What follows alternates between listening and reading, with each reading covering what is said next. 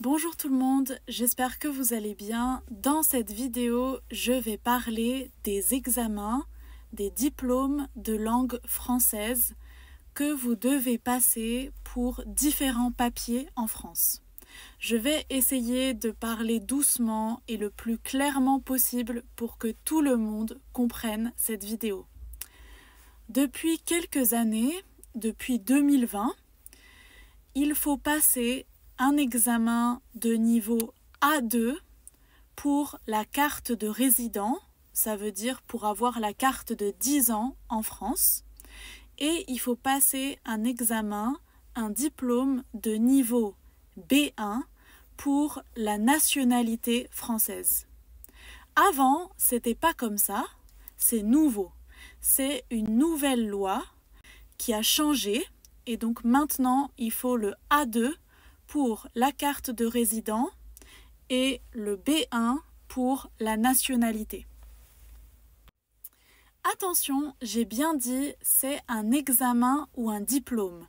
Ça veut dire qu'une attestation, par exemple une attestation pour les cours de français, ça ne marche pas. Il faut passer un examen, prendre un rendez-vous dans un centre d'examen pour faire l'examen et après on a les résultats pour savoir si on a réussi ou pas l'examen. Donc attention, les attestations, ça ne marche pas pour la carte de résident de 10 ans et pour la nationalité. Si vous faites un titre de séjour pour la première fois, donc un titre de séjour de 1 an, les titres de séjour courts, ce n'est pas obligatoire maintenant de passer un examen ou un diplôme. Donc c'est seulement pour la carte de 10 ans, la carte de résident, ou pour la nationalité française. Pour les examens, vous avez plusieurs choix. Il y a plusieurs examens qui existent. Il y a le DELF, le TCF et le TEF. Je vais expliquer dans une prochaine vidéo la différence entre ces 3 diplômes.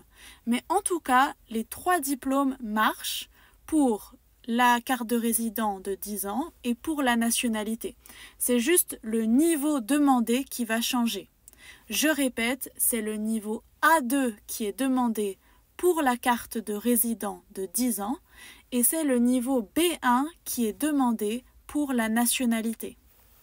Attention, quelque chose d'autre, si c'est la première fois que vous demandez un titre de séjour, par exemple si vous étiez sans papier et après vous allez demander un titre de séjour, par exemple travail, par exemple vie privée familiale, ce n'est pas obligatoire de passer un diplôme ou un examen pour avoir le premier titre de séjour, la première demande.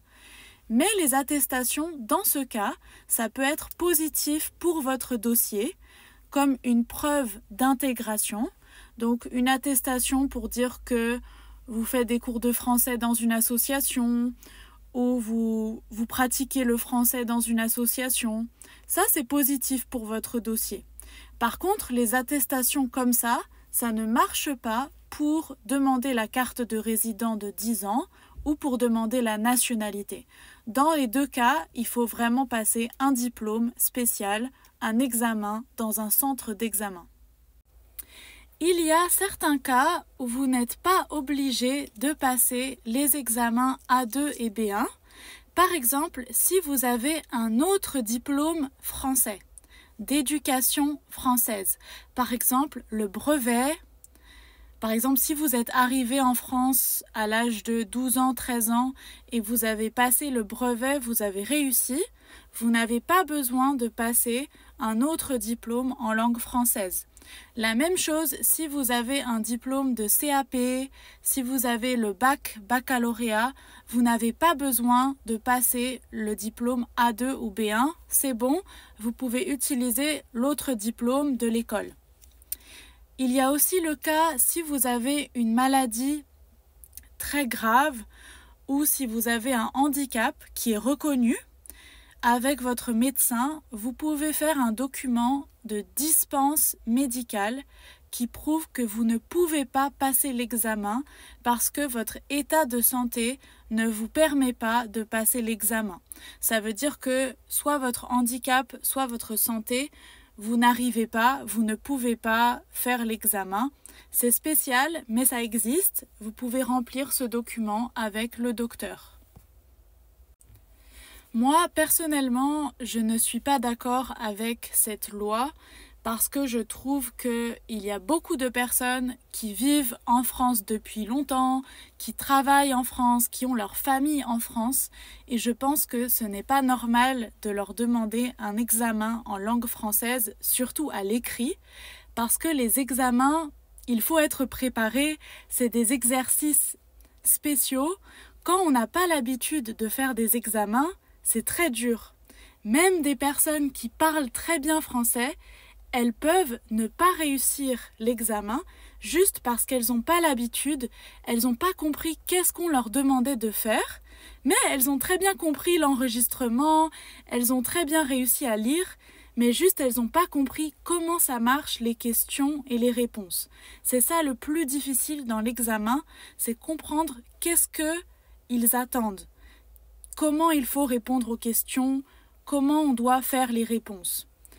Donc c'est pour ça que moi personnellement je trouve que c'est un grand problème ces examens parce que je connais beaucoup de personnes qui n'arrivent pas à réussir l'examen A2 et B1, en particulier à l'écrit. Je trouve que l'écrit c'est difficile parce qu'il faut écrire des grands textes et il faut imaginer des situations et quand on n'a pas l'habitude c'est vraiment difficile.